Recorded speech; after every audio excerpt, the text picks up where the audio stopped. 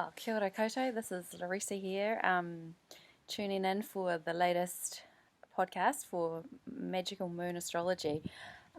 Decided to do the filming today outside in my wonderful backyard because I live in Wellington and Te Whanganui-a-Tara in Aotearoa, New Zealand, and it's we get so excited when it's sunny here. We just think it's the best place on earth because it's true, because it is, and so I thought I need to really seize the day and get outside and enjoy it because it's such wonderful uplifting energy. It's so happy, and it totally ties in with the astrology for this new moon that is tomorrow. So new moon in Sagittarius, you can't argue with it. We have just come out through this most intense period. If you have been feeling really irate, irritated, annoyed, frustrated, maybe grief, confused, that, they're just a few words to kind of sum up what Scorpio season was about. We had two eclipses, so eclipses come in pairs. There's a new under a new moon and a full moon, and so we had the new moon in Taurus, the new moon in Scorpio and the full moon in Taurus, and that last one, the full moon in Scorpio was really intense. So if you didn't have a whole lot of kind of sludge and things from the past coming up, or things that you're needing to let go of, or sort of some level of confrontation with your psyche, and things that you may have forgotten about but are excruciatingly important and brought your attention to.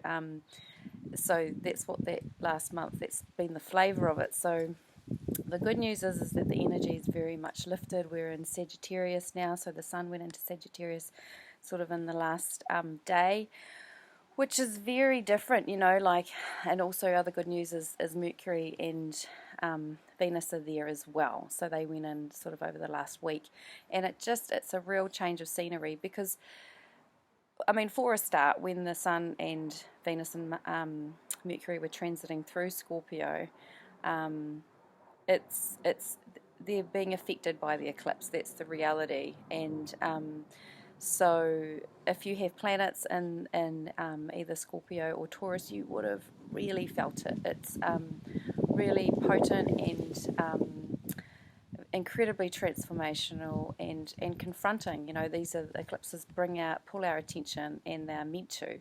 But now that we're out of the eclipse houses, we are into Sagittarius, and so Sagittarius is a much lighter energy anyway. In relation to Scorpio, it is about freedom and adventure and breaking out, breaking free. It's about a higher perspective. It is about sort of like the image I get of it is like this sort of like an eagle flying up in the sky and really taking in the view. Like Sagittarius energy, it needs a change of scenery because it wants a different perspective. It wants to be able to take in lots of different perspectives. It's about honouring the truth, or their truth or your truth, like really tuning into that, and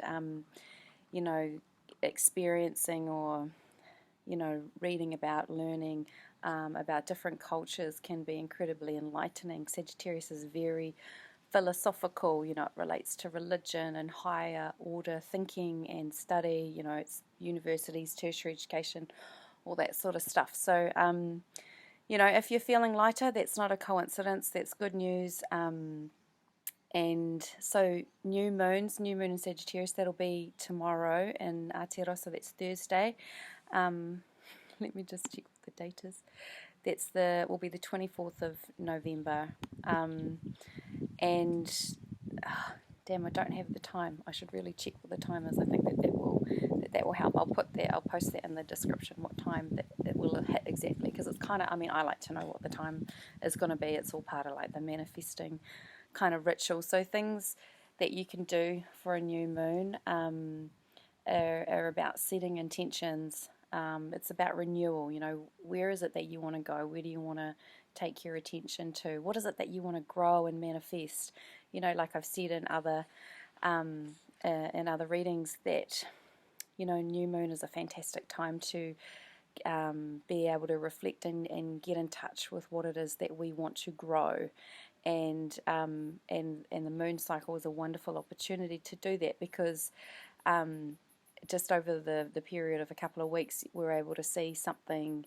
We set the intention at the new moon, and then by the time we get to the first quarter, which will be in a week's time, often there is a point of they say crises, but it's more like an awakening, perhaps, that gives us insight into where we may need to take some more action and what it is that we're wanting to grow. Because in terms of manifesting, it doesn't just happen. And I think that there's a lot of sort of discourse around manifestation in the consciousness and what people are talking about in the collective, particularly of this sort of up-and-coming generation. And I think that there's this sort of fanciful thinking that manifestation is just about sending intention and writing it down and having goals and things like that. But there's a couple of factors that come into it. One of it is about becoming aware of what it is that we really want to manifest, and a lot of that comes down to our intuition and being able to, which very ties into Sagittarius. They're very intuitive people, trusting life, trusting that things will work out. They're risk takers, they're gung-ho, they love it. It's like, just let's get in there and have some adventure, let's just throw it to the wind and see where it goes. It's kind of a really fun energy.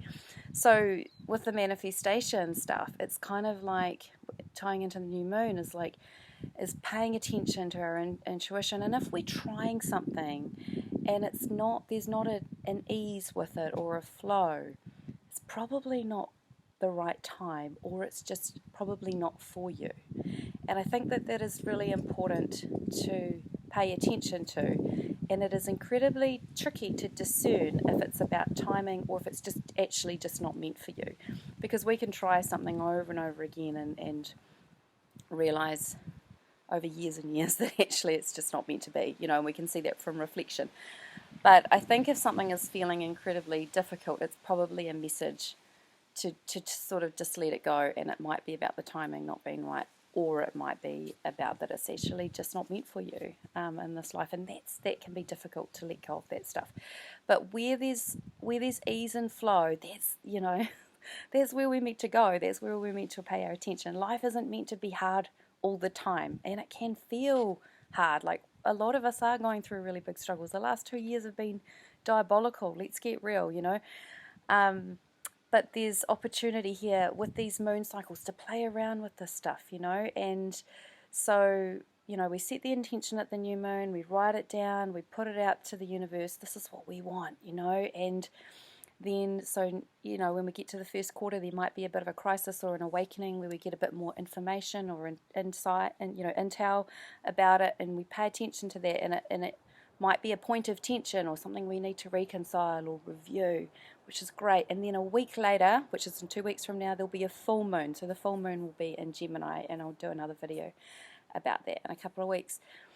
And that's when we can start to see, the fruits of our labour coming to the fore. And that's a wonderful, just like, making the use of that moon cycle can be fantastic. Even on a greater level, paying attention to the moon, say you set the intentions, new moon in Sagittarius, and then 6 months later, when the sun is in Gemini, which is directly opposite Sagittarius, we will have a full moon in Sagittarius. And so even like on a perhaps more meta level, there's a cycle happening there. And so really paying attention to what we're setting at the new moon in Sagittarius now, and then 6 months later. It's phenomenal. I really encourage you to play around with it if you're interested in manifestation and like tapping into the universe and what goods it's got to offer us. I think I'm talking about this because it's a very Sagittarian flavour sort of topic, because it is about trusting that life works out. It's about good fortune. It's believing that we are worthy of good things. It's seeing the light, it's seeing the positive, it's holding hope. The ruling planet of Sagittarius is Jupiter, and so we pay attention to where that is in the skies. And at the moment, which is really, really significant, it is in Jupiter, and it's been retrograding back through Jupiter. Jupiter's been retrograding, going backwards through Pisces.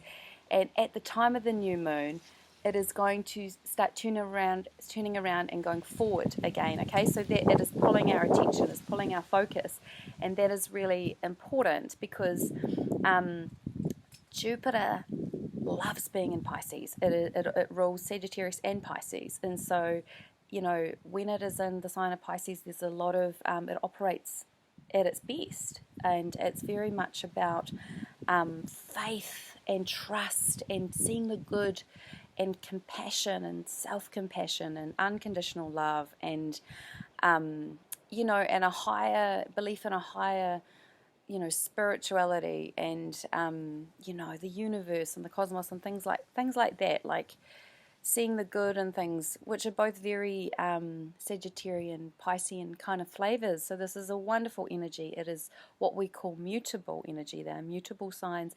It is fluid. It is flexible. It is changeable.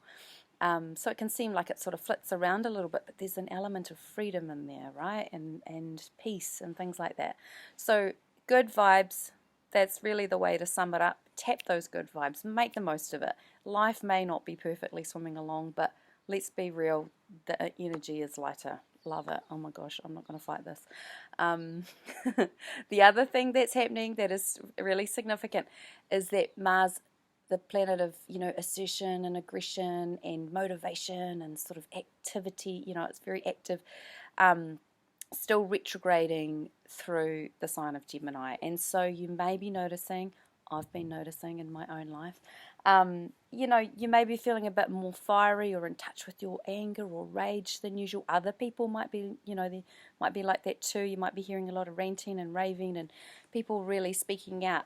So I think the thing about this is it's easy to just fly off the handle and say whatever you want and be like, oh yeah, I'm justified in this. We can't avoid it, we can't ignore it, but it's an opportunity to really assess how we communicate, how we get our message across, how we practice discernment and making decisions, and how we communicate in a way that is that has integrity. This is about Gemini. It is about communication and messages, and so a lot of truths will be coming up. Things that will be coming out of the woodwork, like messages, and it's really important that we slow down.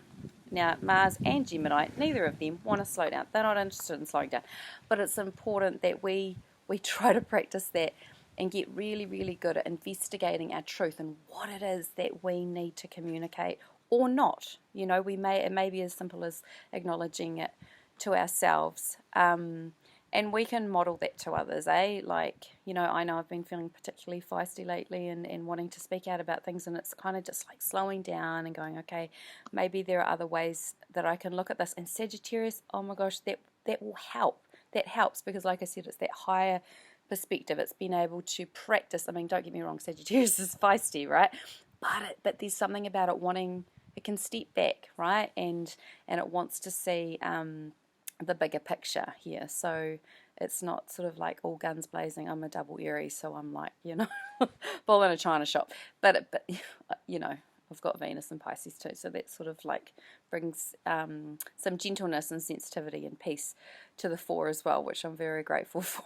But yeah, it's an opportunity to reflect and really get good at comms, particularly in Aotearoa. We can be really passive aggressive. We repress our emotions. We're not great with our rage. I mean, who is? But we need to start being really. I believe we need to start being really authentic with each other and gentle at the same time, because I think it's really easy to just charge in and have our say, but I think we need to really think, well, what would Pisces do? Okay, so it would want to be gentle, and it would want to be compassionate and understanding and things like that. So being able to draw from different parts of sorry, that's my alarm going off.